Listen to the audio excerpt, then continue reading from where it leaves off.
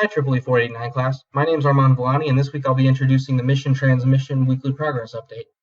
Now, last week we submitted a request for additional funding, and we expect that to be back to us anytime within the next few days to the next few weeks. But in the meantime, we've begun to spend some of that funding, which has gone so far largely to a voltage-controlled oscillator, so that's a VCO, in addition to a power amplifier to be supplying power to our devices. We've finalized some of the designs for our parabolas, so we have a better idea of some of our dimensions for those, and we'll get those catted up real quick.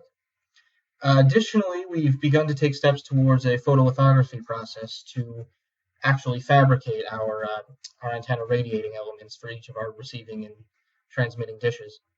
To talk to you more about that, I'm going to pass it on to Jordan Hibben, who will take it from here. Hi, again, I'm Jordan Hibben, and I'm going to talk to you today about our PCB fabrication kit that we bought from Fies Electronics. We had the option of going down there and buying individual PCB boards and individual etchant and developer and whatnot, but they actually sold a kit for a reasonable price that has everything, including safety equipment. This is going to allow us to make our Vivaldi antenna, our patch antenna, as well as our boards for our circuit elements on the receiving and transmitting end. In order to make these, though, we're going to have to learn how to use a program called EagleCAD in order to make our masks. Our advisor, Ms. Kristen, has given us a red light bulb, which is going to allow us to put the mask on over the photoresist without the risk of the photoresist being exposed. To talk to you more about EagleCAD and what we're doing with it, Alex is going to take over.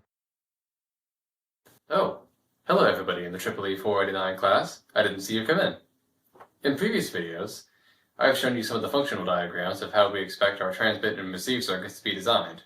But now comes the stage where they must be fleshed out in full detail. To do so, we'll be using a software tool called EagleCAD. For those of you that haven't heard of it, EagleCAD is a tool that allows you to do simultaneous schematic capture and PCB layout. And this will kind of, facilitate our process quite greatly.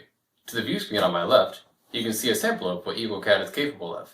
This is a PCB layout of one of the earlier drafts of our transmit circuit. There's still quite a lot of work to be done, but it's not a bad start. I'm just a design guy, so I can't really tell you a whole lot more about the process fabrication. So I'll let you on over to James Bradshaw next, who has a lot to say about our photolithography process. Once we arrive at a finalized design in EagleCAD, we can print a negative, which we can use to selectively protect our traces from the ultraviolet light that they are sensitive to. Using these transparencies, I've managed to create a test print with this LaserJet printer. It has a DPI of 1200, which would be fine in our application, but if I can get this printer to work, instead, it has double the resolution at 2400. It is an inkjet, however, so it may not be as precise due to the liquid nature of ink. If this doesn't work out, what I can do is print to the same transparency twice and hopefully double the opacity. That's all I have to say, so see you in a couple weeks.